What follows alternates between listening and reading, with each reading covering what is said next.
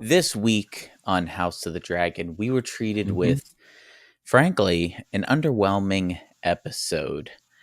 Not my favorite so far. It wasn't a bad episode. I would agree. It wasn't a bad episode, though. The last couple episodes specifically have been like one thing after another, Hmm. and every character gets a little bit of progression with their character. And this episode kind of felt like we kind of knew what was happening. She was going to try to bring in a dragon rider, Rhaenyra, Hmm. and clearly, as soon as they brought him in, we're like, this guy, the dragon's not Yeah. going to like him. I don't even think it's necessarily that we know what's going to happen or what is happening. It's Mm, that it seems like we're still building and we're yeah.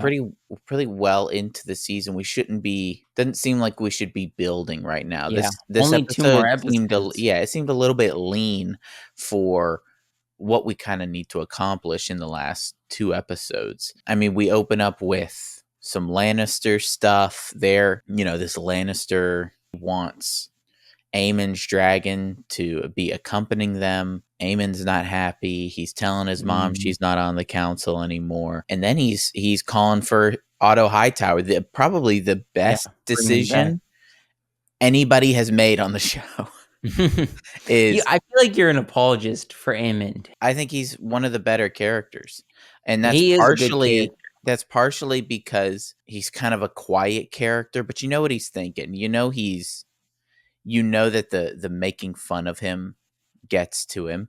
You know that Yeah. he does things out of irrationality, but makes himself seem like he's rational. But he makes at least one good decision. He calls Otto back. Last season, we see him and Damon kind of mirroring each other a little bit. Hmm. There's a lot of Damon you see in in Aemon's character. And last season, although Damon didn't make good decisions, there was a lot of good moments from him. Like one of Yeah. my favorite moments of the season was when he came into the throne room and his brother kind of is hobbling up the steps and he puts the crown on his brother's head because it shows that he wants to be king, but he still respects his brother's decisions. We're not getting much from Damon N- in this, I, except for I think I think we're getting a ton from Damon. well, We're we're getting a getting a whole ton lot from from Damon. Damon, but we're getting the same thing as we did last episode.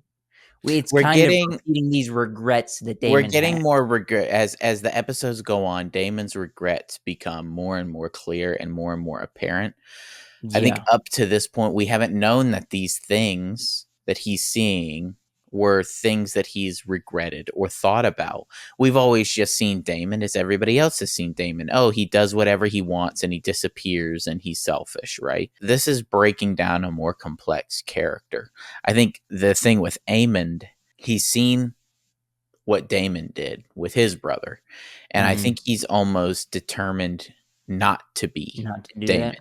to stick around and take the opportunities to take the throne if he gets it. Yeah, To take the opportunities if he sees an opportunity.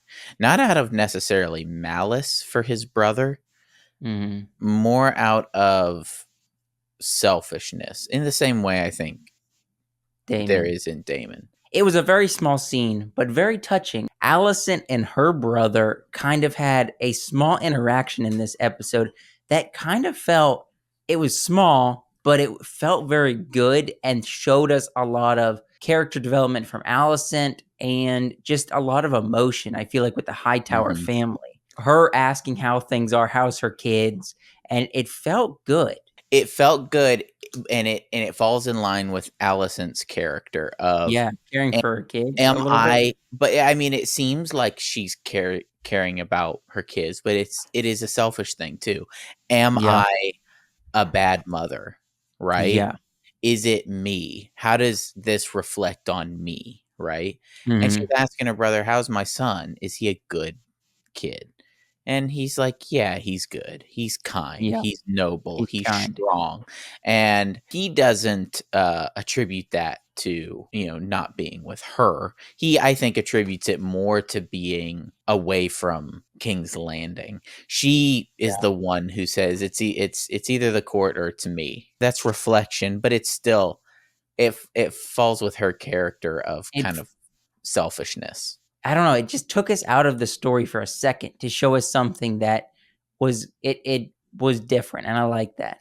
If we want to move to Rhaenyra's character, she made some good decisions in this, but also made some weird decisions. Yeah. And She will not she will not listen to her advisors. yeah, To the point where one of them is trying to advise her so hard, trying to do his job so hard that she lashes out at him yeah, and slaps him on the face, which I will say, yes, and then she needs threatens to to take out do. his tongue.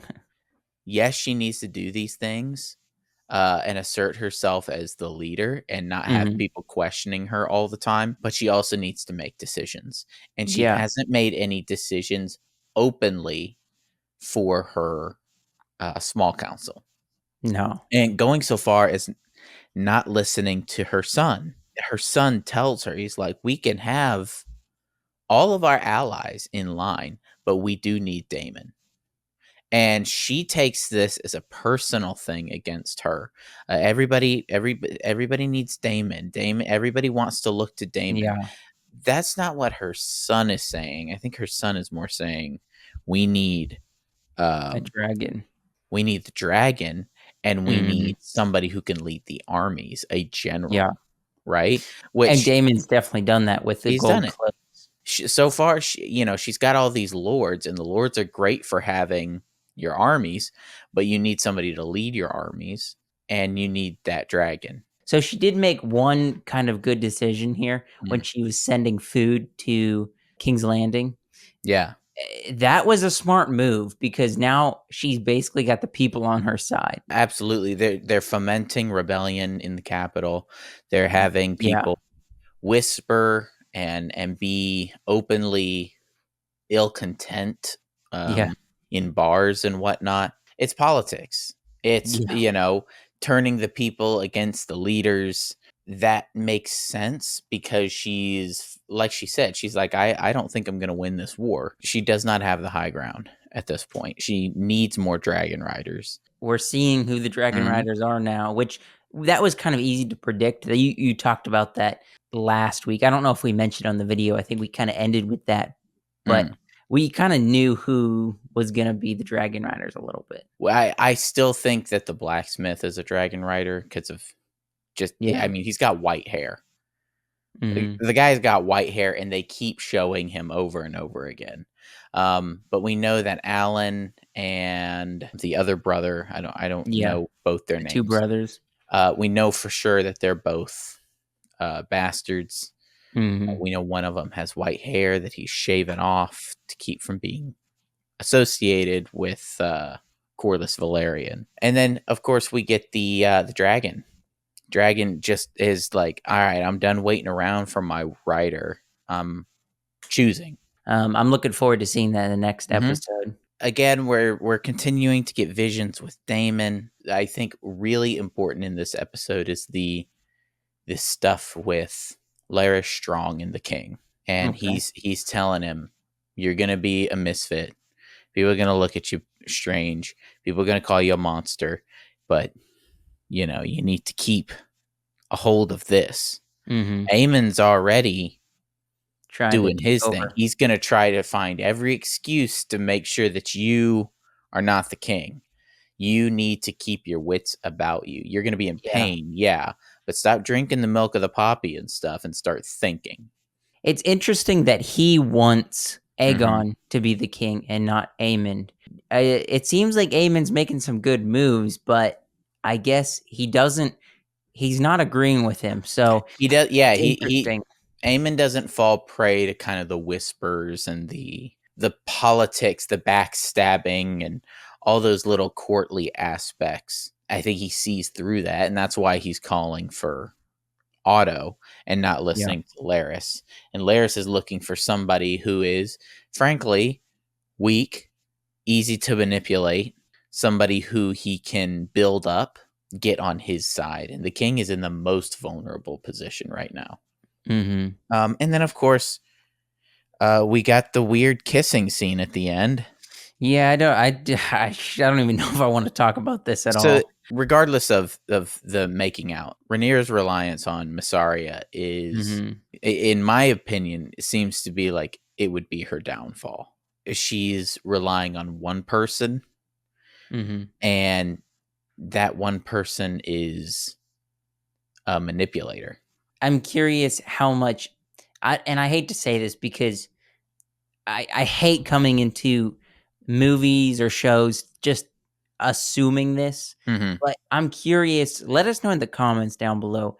Is this portion of it specifically book accurate, if you guys know, or story accurate? Because this almost feels like the creators have changed it to manipulate, almost like the two boss women doing their thing, and Well, it's that's like, possible. why are we seeing this? I will Maybe it say, is book accurate though. I I will don't point know. it out. I will point this out. In George's books, the queen and the handmaids or whoever women servants, I'm talking from Daenerys to Cersei. Yeah. You know, he's always describing some same sex sessions or whatever. Yeah. And Maybe. they toned that down for those characters in the show Mhm. because it was more of extra characters that we have to throw in and seemingly like unnecessary scenes, right? Yeah. I mean, it's Game of Thrones. I kind of expected it to happen. It still seems to me like she's not being decisive. She's making the wrong decisions and relying on a Yeah. person that is They can manipulate her. that can manipulate her. Yeah. Mhm. That can tell her that she's strong and capable and able to do all of these You're a things strong, so that independent woman. right. You don't need no And Daemon right, exactly. And what does she get out of it? A great position of, of being you the know, master of whispers. being the master of whispers, living in a castle, being protected and Yeah. safe and all that. Only time can tell what's gonna happen there. But overall, I felt like the episode was lackluster, probably my least favorite. We needed some more sort of heavy hitting kind of decisions being made. If there wasn't going to be a lot of action, lots of bigger decisions. What'd you guys think of this episode 6 of season 2? Put it down in the comments. If you liked this breakdown review, then give it a like, subscribe to the channel, and we will see you next week with episode 7. 2 more episodes left.